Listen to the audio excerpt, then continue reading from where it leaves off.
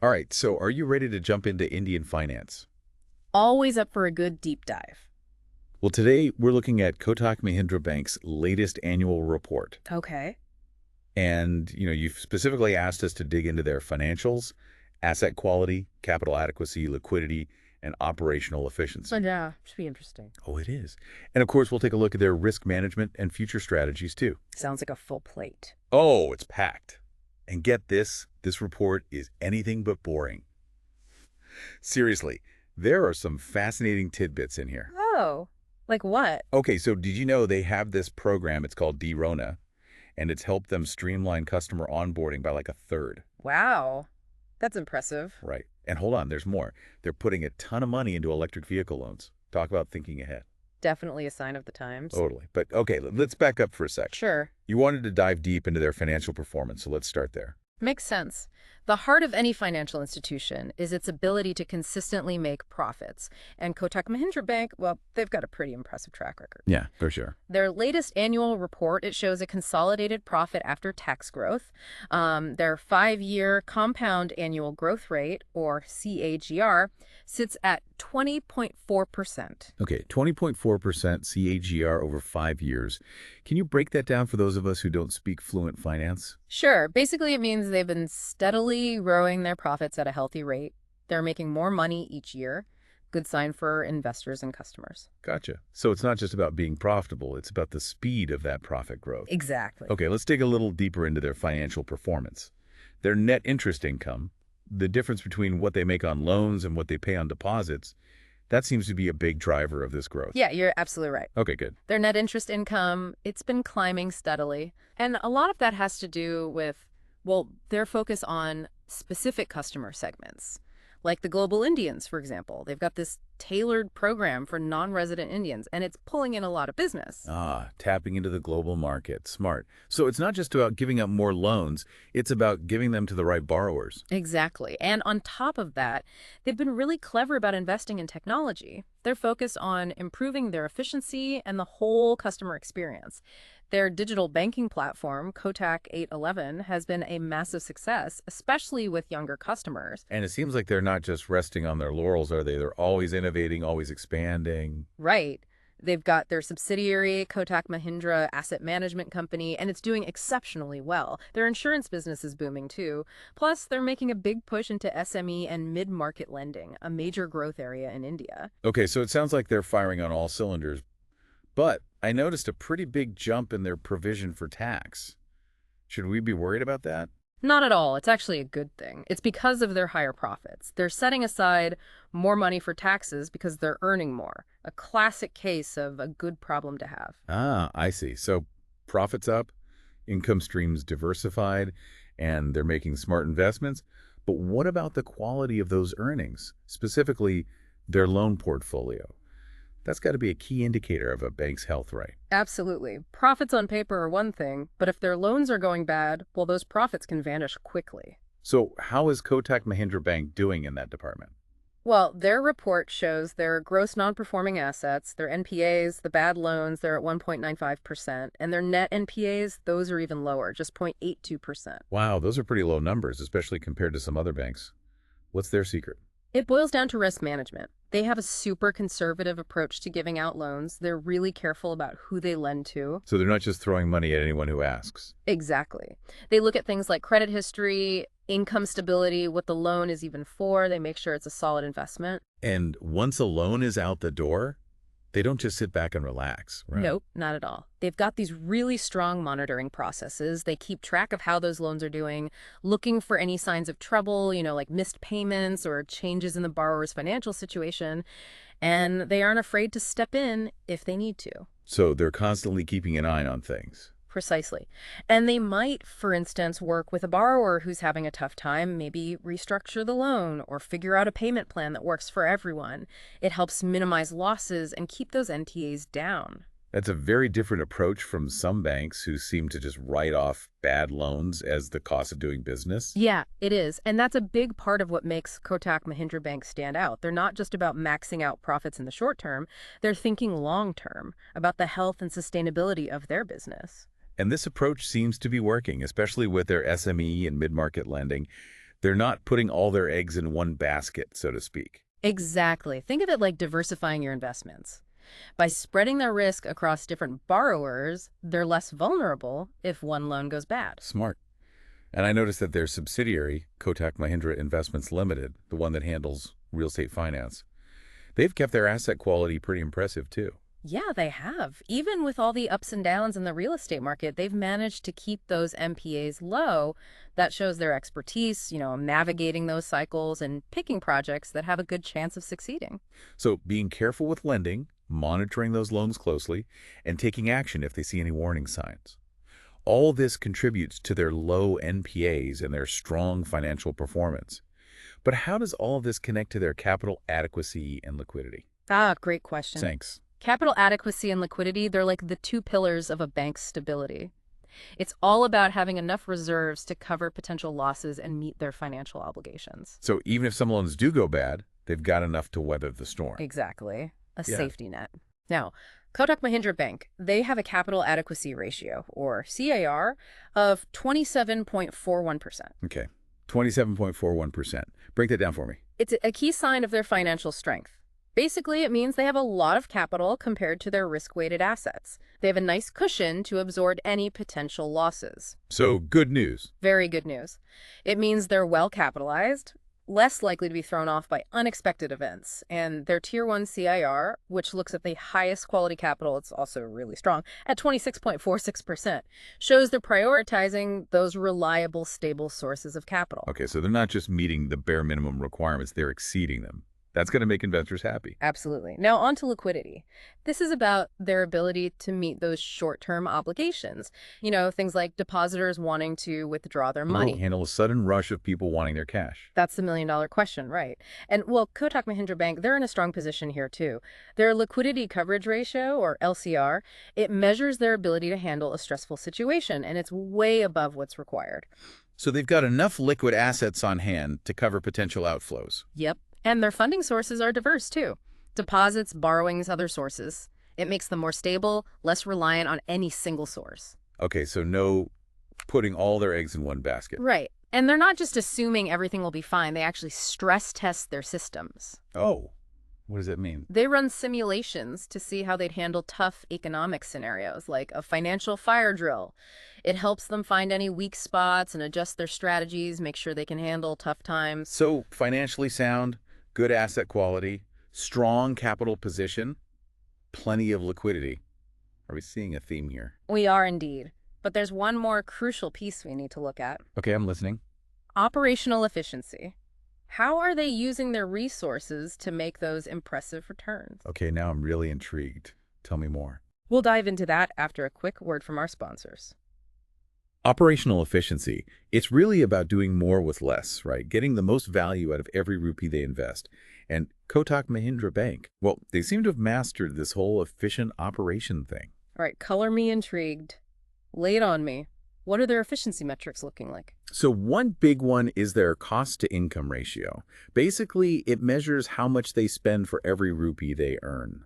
Lower ratio, generally better, means they're keeping expenses under control. Okay, and what's their ratio looking like? Kotak Mahindra Bank, they boast a really impressive cost-to-income ratio. It's a real testament to how dedicated they are to running a lean and mean operation. That's definitely a good sign. But efficiency isn't just about cutting costs, right? No, not at all. It's also about those smart investments, the ones that bring in a good return. That's where things like return on assets, ROA, and return on equity, ROE, come in. Those tell us how well they're using their assets and investments to generate profits. So how are their ROA and ROE stacking up? Are they making those rupees work for them?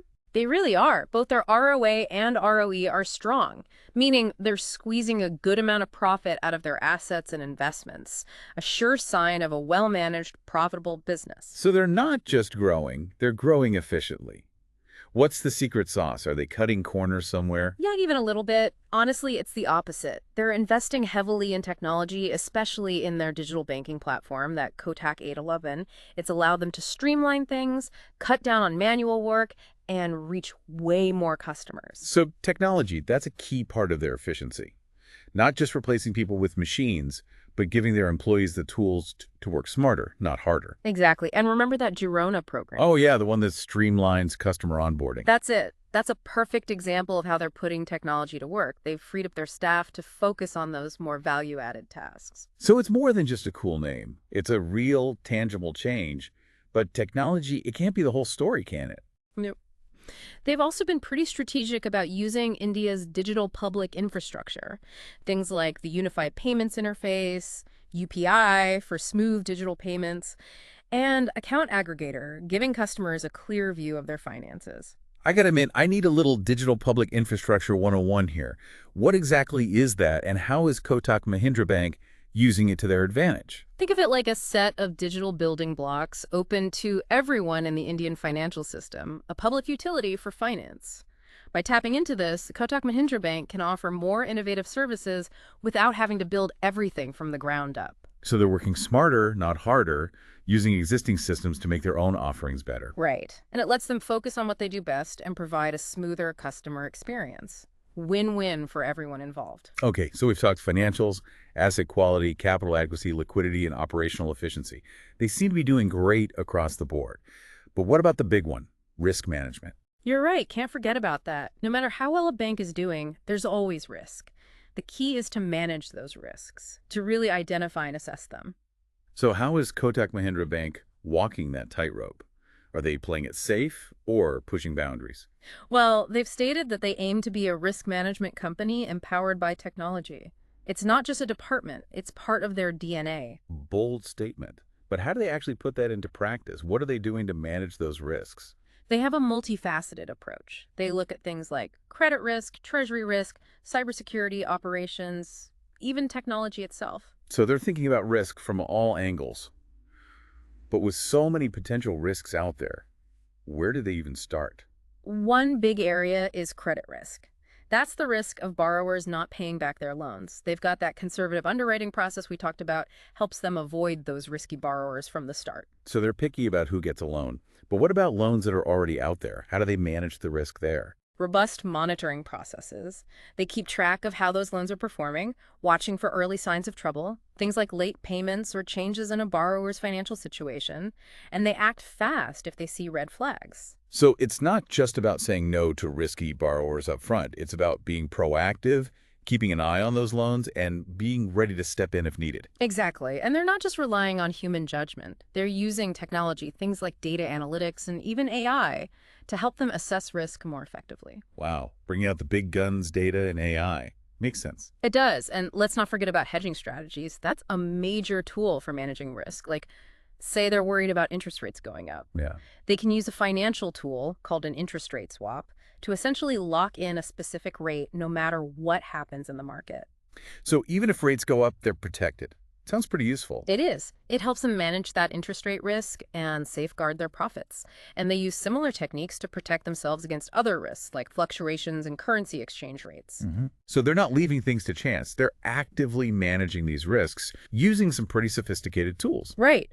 It's this kind of proactive approach that gives investors confidence in them, shows them they can handle the ever-changing financial landscape. Okay, so they've got their risk management dialed in. They're thinking about it from all angles, using a mix of traditional and cutting-edge techniques to minimize their exposure. But what about the future? What are their plans for growth and innovation? What's next for Kotak Mahindra Bank? Great question. And their annual report, it offers some really interesting clues about their vision for the future. Well, I'm all ears. Give me a peek into their crystal ball. What's on their strategic roadmap? One thing is for sure, they're going all in on digital banking. Right. They're constantly tweaking their mobile platform, making it easier to use, adding more features, beefing up security. They're even dipping their toes into things like AI and machine learning to really personalize the whole banking experience. So they're not just keeping up with the times. They're trying to set the pace. What else are they looking at? They're also really leveraging that digital public infrastructure we were talking about earlier.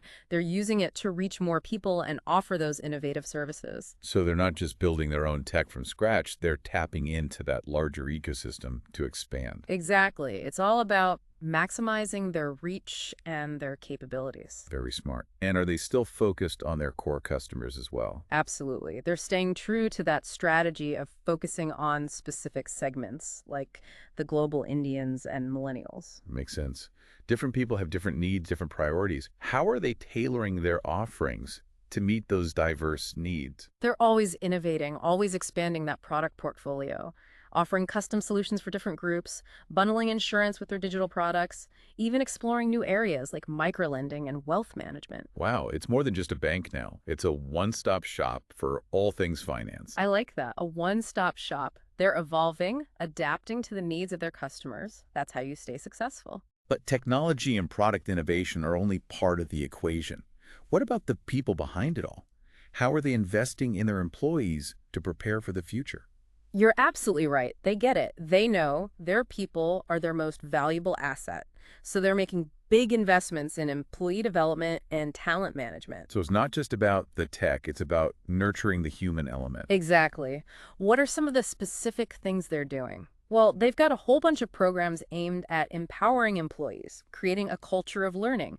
Their KYLC program, the Kotak Young Leader Council, that one's designed to find and develop future leaders from within the company. So grooming the next generation of leaders from within their own ranks makes sense. It does. And it's not just about leadership either. They've launched initiatives, remember D-Rona? It helps upskill their employees in things like digital banking and data analytics. So they're making sure their workforce has the skills they need to thrive in this digital world. That's it. And they're even partnering with some big educational institutions to provide access to those executive education programs and specialized training. A real culture of continuous learning and development. Right. Crucial for staying ahead of the curve. Right. And it goes beyond technical skills, too. They're emphasizing soft skills, things like communication, collaboration, problem solving. Those are more and more important these days. So they're investing in the whole package. Technical skills, soft skills, leadership development, a well-rounded, future-ready workforce. That's impressive. But we can't forget about their commitment to corporate social responsibility and inclusive growth. Where do those fit in? Those are definitely not on the back burner. Their annual report really highlights their dedication to making a positive impact on the communities they serve. What are some examples? What are they doing on the ground? Well, they're focused on improving education in schools, supporting healthcare, even promoting financial literacy. They're doing it through rural branches and digital campaigns. So they're thinking beyond just the bottom line. Exactly. They recognize their success is tied to the well-being of the communities they're in. It's something we're seeing more of these days. Definitely refreshing to see. A financial institution taking such a holistic view, not just profits, but people, the planet, the future of finance itself. Couldn't agree more. And that leads us to the big question. With all this, their push for digital banking, their tech-focused risk management, their commitment to social responsibility, do you think Kotak Mahindra Bank is on track to be a leader in the future of finance? That's the million-dollar question, isn't It it? really is. What do you think? Well, from what we've seen in their annual report, I'd say they're well on their way. Strong financials, that tech-savvy mindset, a clear vision for the future, and a desire to do good. They've got a lot going for them. I agree. They seem to be hitting all the right notes. But let's be realistic. No company is perfect. What are some bumps they might hit along the way? Of course, the world of finance never stands still. There are always challenges. Competition's a big one. The Indian financial services sector, it's getting crowded. Traditional banks, new fintech companies, they're all vying for that same market share. It's not just about being good, it's about being the best. Exactly. They need to stay flexible, keep innovating to stay ahead. And then there's the regulatory landscape. Always changing, new rules, new costs, sometimes even disruption to their entire business model. So they need to be adaptable, ready to navigate that regulatory maze. Absolutely. And we can't forget the overall economic picture. Global slowdowns, inflation, geopolitics, these can all affect a bank no matter how well it's run. So even with the best plans and risk management, they're not completely immune to those outside forces. That's right. And then there's the whole technology disruption thing. Finance is being transformed by things like AI, blockchain, cloud computing. It's a lot to keep up with. They need to stay ahead of that tech curve to stay competitive. Exactly. The good news is Kotak Mahindra Bank seems to get it. They're investing in technology, and their culture seems to embrace innovation. And it's not just about the tech itself, it's about the people using it. They're investing in their workforce, creating a team that's skilled, adaptable, and focused on the customer. Absolutely. That's what sets them apart. Technology is great, but it's the people who make it work. Kotak Mahindra Bank seems to understand that. It gives them a real advantage. So, to answer my own question, yeah, I think they have a real shot at becoming a leader in the future of finance. But it's not a done deal. They need to stay focused, execute those strategies, manage risks, and adapt to whatever comes next. I think that's a great assessment. It'll be interesting to see how things unfold. Absolutely. It's a journey full of possibilities. To all our listeners, thanks for joining us on this deep dive into Kotak Mahindra Bank. Hope you found it informative. And insightful. It's been great exploring this with you. Until next time, keep learning, keep exploring, and keep diving deep. Okay, so we've gone through a lot. Their financials, risk management, their plans for the future. Seems like they're doing well across the board. Yeah, they're checking off a lot of boxes. But back to that big question, is Kotak Mahindra Bank really set to become a leader in the future of finance? Based on their annual report, I'd say they're definitely on the right path. They've got strong financials, they're tech-savvy, a clear vision, and they're committed to making a positive impact. Right, right. But let's be honest, no company's perfect. What could trip them up? True, the world of finance is constantly changing. One challenge is competition. Sure. The Indian financial services sector, it's crowded. Traditional banks, fintech startups, everyone's fighting for a slice of the pie. So it's not just about being good, it's about being the best. Exactly. They've got to stay nimble, keep those innovations coming to stay ahead. And then there's regulation. It's always shifting, always changing the game. New rules can throw up roadblocks, increase costs, even disrupt entire business models. So they need to be adaptable, able to navigate those regulatory changes. Absolutely. And we can't forget the big picture, the economy. A global slowdown, inflation, geopolitical events, all of these things can hit a bank's performance no matter how well they're managed. Right. Even with the best plans and risk management, they're not immune to those external factors. Exactly. And then there's the whole issue of technology disruption. Finance is changing so fast with AI, blockchain, cloud computing, it's hard to keep up. Yeah. They need to be on top of those trends to stay competitive. For sure. But the good news is Kotak Mahindra Bank seems to get it. They're investing in technology, and their culture seems to be all about embracing innovation. And they're not just throwing money at tech, they're investing in their people too. Building a workforce that's skilled, adaptable, and focused on the customer. That's so important. Technology is one thing, but it's people who make it work. Kotak Mahindra Bank seems to understand that. It gives them a real advantage. So to answer my own question, yeah, I think they have a solid chance of becoming a leader in the future of finance. I agree. But it's not a guarantee. They need to keep executing, managing risks, and adapting to change. I think it'll be fascinating to watch how they evolve. Who knows what innovations they'll bring to the world of finance? That's what makes it exciting, so many possibilities. And to all our listeners, thanks for joining us on this deep dive into Kotak Mahindra Bank. We hope you found it informative and maybe even a bit exciting. It's been a pleasure exploring this with you. Until next time, keep learning, keep exploring, and keep diving deep.